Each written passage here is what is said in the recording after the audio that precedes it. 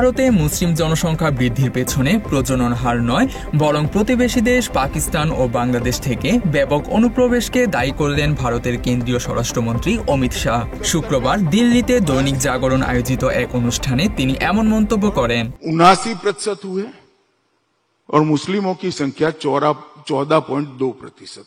ভারতীয় স্বরাষ্ট্রমন্ত্রীর দাবি, 1951 সাল থেকে 2011 সালের জনগণনা তথ্য অনুযায়ী দেশে মুসলিম জনসংখ্যা 24.6% বৃদ্ধি পেয়েছে, যেখানে হিন্দু জনসংখ্যা 4.5% হ্রাস পেয়েছে। তিনি বলেন, জন্মহারের কারণে মুসলিমদের সংখ্যা বৃদ্ধি পায়নি, বরং এই পরিবর্তন মূলত অনুপ্রবেশের ফল। অমিত শাহ প্রতিবেশী দেশ পাকিস্তান, বাংলাদেশ ও আফগানিস্তান প্রসঙ্গে বলেন, ওই দেশগুলোতে হিন্দু জনসংখ্যা হ্রাস পেয়েছে। এর কারণ ধর্মান্তর নয়, বরং তাদের অনেকেই ভারতে আশ্রয় নিয়েছেন। তিনি আরও বলেন, দেশভাগের পর ধর্মের ভিত্তিতে পূর্ব ও পশ্চিম পাকিস্তান গঠিত হয়েছিল। পরবর্তীকালে বাংলাদেশ ও পাকিস্তান থেকে ব্যাপক অনুপ্রবেশের ফলে ভারতের জনসংখ্যায় এই পরিবর্তন আসে বলে তার অভিমত। তিনি আরও বলেন, যতক্ষণ না প্রতিটি ভারতীয় নাগরিক বিষয়টি বুঝতে পারছে, ততক্ষণ দেশের নিরাপত্তা নিশ্চিত করা সম্ভব নয়। বাংলাদেশ ও পাকিস্তান প্রতিবেশী দেশ থেকে প্রতিনিয়ত অনুপ্রবেশের ঘটনা ঘটছে। এর কারণে আগামীতে হিন্দুরাই অস্তিত্ব সংকটে পড়বে। অনুপ্রবেশের কারণে ভারতে দ্রুত মুসলিমদের সংখ্যা বাড়ছে। এই বিষয়ে আমাদের আরও সচেতন হতে হবে। স্বরাষ্ট্রমন্ত্রী অনুপ্রবেশের পেছনে ভোট ব্যাংকের বিষয়টিকেও বড় ইস্যু হিসেবে দাবি করেন। তিনি বলেন, গুজরাট ও রাজস্থানের সীমানা থাকা সত্ত্বেও সেখানে কোনো অনুপ্রবেশ ঘটে না। তবে কিছু রাজনৈতিক দল অনুপ্রবেশকারীদের দেশের জন্য হুমকি নয়, বরং ভোট ব্যাংক হিসেবে দেখে। তো ইসিলিয়ে শায়দ কংগ্রেস কে নেতাओं ने 51 की जनगणना से অনুপ্রবেশ মুক্ত করার লক্ষ্যে তার দল বিজেপি ডিটেক্ট, ডিলিট এবং ডিপোর্ট নীতি গ্রহণ করেছে বলেও জানান তিনি।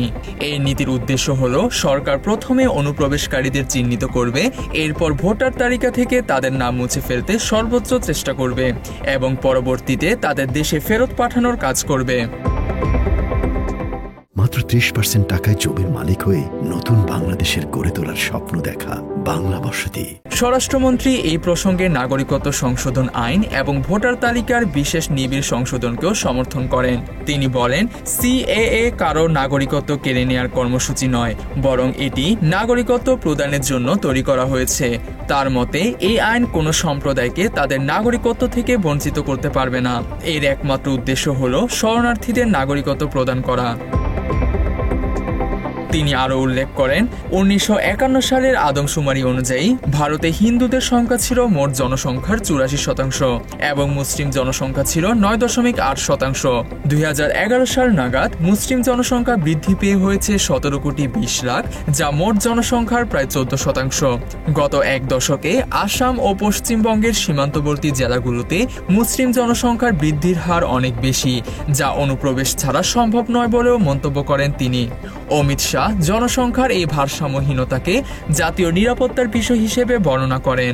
जब भारत का विभाजन हुआ, धर्म के आधार पर हुआ, हमारी दोनों ओर पाकिस्तान बनाया गया। এদিকে অমিত শাহর এমন মুসলিম বিরোধী অবস্থানের তীব্র সমালোচনা করেছেন ভারতের বিরোধী দলীয় সংসদ সদস্য আসাদুদ্দিন ওয়াইসি। তিনি বলেন, বিজেপি সরকার শুরু থেকেই মুসলিমদের বিরুদ্ধে অবস্থান নিয়েছে, আর তাই তারা প্রতিনিয়ত মুসলিমদের বিরুদ্ধে একের পর এক বিরূপ মন্তব্য করে যাচ্ছে। বিজেপি ক্ষমতায় আসার পর থেকেই জাতিগত বৈষম্য করে আসছে। তারা চায় ভারতবর্ষকে একটি উগ্রবাদী রাষ্ট্র হিসেবে প্রতিষ্ঠিত করতে। এদেশের প্রত্যেকটি নাগরিকই আইনের দৃষ্টিতে সমান। শুধু ধর্মীয় পরিচয়ের কারণে কাউকে তার অধিকার থেকে বঞ্চিত করা উচিত নয়। শুধু এবারই নয়, এর আগেও ভারতীয় রাজনীতিবিদদের একাধিকবার মুসলিম বিদ্বেষী কথা বলতে শোনা গেছে। তানজিম হাসান, বাংলা এডিশন।